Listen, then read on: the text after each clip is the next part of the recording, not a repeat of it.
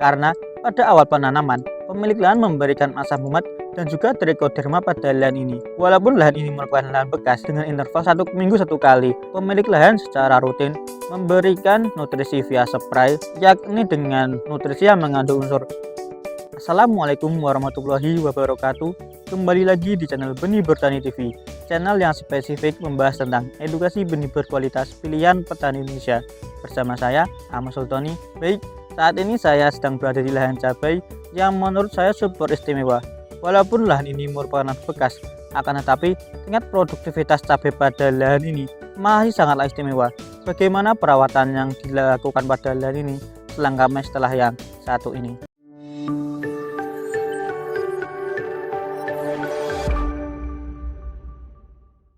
Baik, kali ini saya sedang berada di Kecamatan Montilan, Kabupaten Magelang, dan kali ini saya sedang berada di lahan cabai dengan varietas Absolut 69.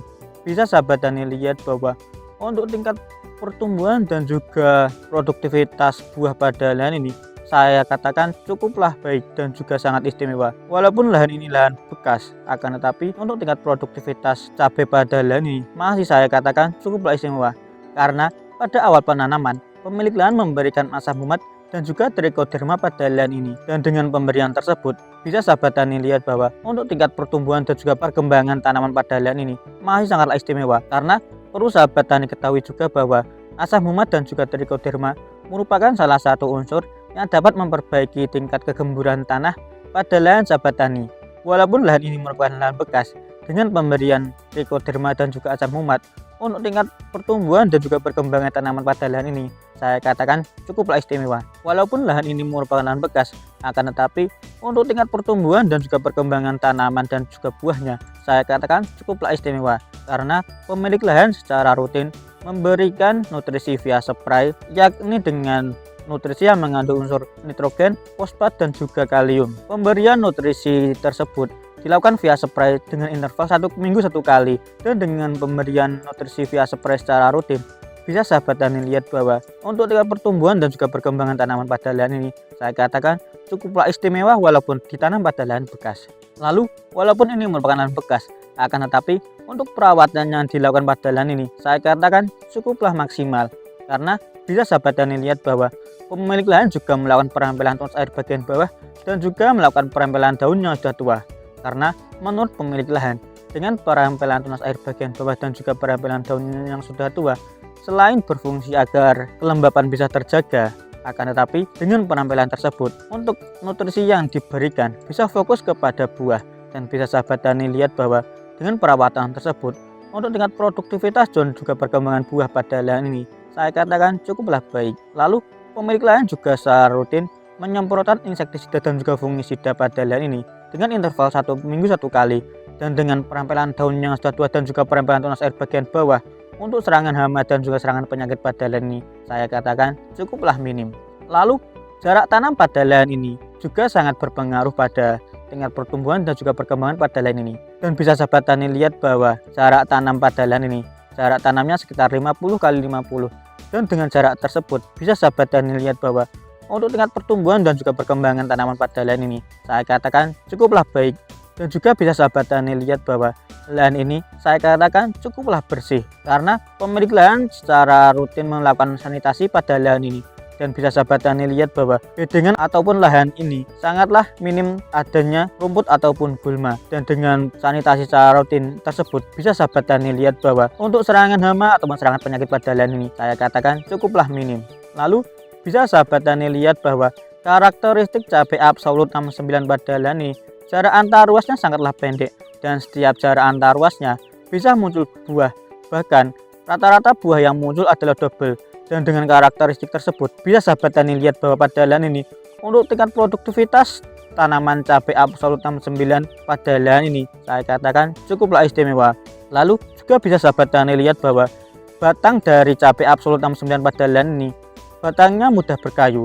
Dan dengan batang yang mudah berkayu bisa sahabat tani lihat bahwa untuk serangan layu fusarium bisa sedikit teratasi, dan dibuktikan pada lahan ini untuk serangan layu fusarium saya katakan cukuplah minim. Lalu juga perlu sahabat tani ketahui bahwa tanaman cabai pada lahan ini berjumlah sekitar 2000 tanaman dan sudah panen yang kelima. Dan pada panen yang keempat pemilik lahan mendapatkan total 28 kg. Hal ini secara tidak langsung bahwa untuk tingkat produktivitas cabai absolut 69 tidak perlu sahabat tani ragukan lagi, dan bisa sahabat tani lihat bahwa buah yang ada pada lahan ini masih sangatlah banyak. Lalu juga bisa sahabat tani lihat bahwa daun cabai absolut 69 pada lahan ini daunnya agak mengkarut. Akan tetapi sahabat tani tidak perlu khawatir jika menanam cabai absolut 69 memiliki ataupun menemui daun pada lahan sahabat tani agak mengkarut, karena karakteristik dari cabai absolut 69 ini memang daunnya agak mengkerut, dan dengan daunnya agak mengkerut tersebut, keunggulan dari cabai absolut 69 ini sudah tahan terhadap virus, dan dibuktikan pada lahan ini untuk serangan virusnya saya katakan tidak ada. Mungkin sedikit kesimpulan dari saya, cabai absolut 69 ini sangat rekomendasi bagi sahabat tani tanam, karena bisa sahabat tani lihat bahwa pada lahan ini walaupun ditanam pada lahan bekas, untuk tingkat produktivitas dan juga perkembangan tanamannya saya katakan masih sangat istimewa. Lalu cabai absolut 69 ini sangat rekomendasi bagi sahabat tani untuk tanam pada musim kemarau, karena dengan keunggulan yang sudah tahan terhadap virus, ini menjadi rekomendasi bagi sahabat tani untuk tanam. Karena pada musim kemarau untuk serangan virus akan lebih merajalela, dan jika sahabat tani menanam cabai absolut 69 untuk serangan virus yang menyerang pada lahan sahabat tani tidak perlu dikhawatirkan lagi. Lalu saya juga sangat merekomendasikan bagi sahabat tani untuk menanam cabai absolut 69 pada lahan sahabat tani, karena dengan karakteristik jarak antar ruas yang sangat pendek dan setiap ruasnya bisa muncul buah, dan bahkan rata-rata buah yang muncul adalah double. Ini menjadi rekomendasi bagi sahabat tani, karena untuk segi produktivitas tidak perlu sahabat tani khawatirkan lagi.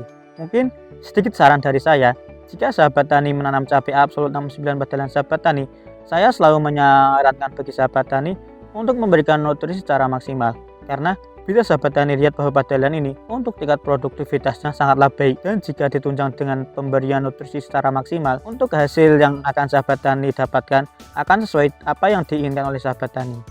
Mungkin sedikit tips dari saya, jika sahabat tani menanam cabai pada musim kemarau, saya menyarankan bagi sahabat tani untuk memberikan asam humat pada lahan sahabat tani, karena asam humat merupakan salah satu unsur yang dapat memperbaiki kesuburan tanah pada lahan sahabat tani, dan asam humat juga merupakan salah satu unsur yang akan membantu tanaman dalam mengikat air.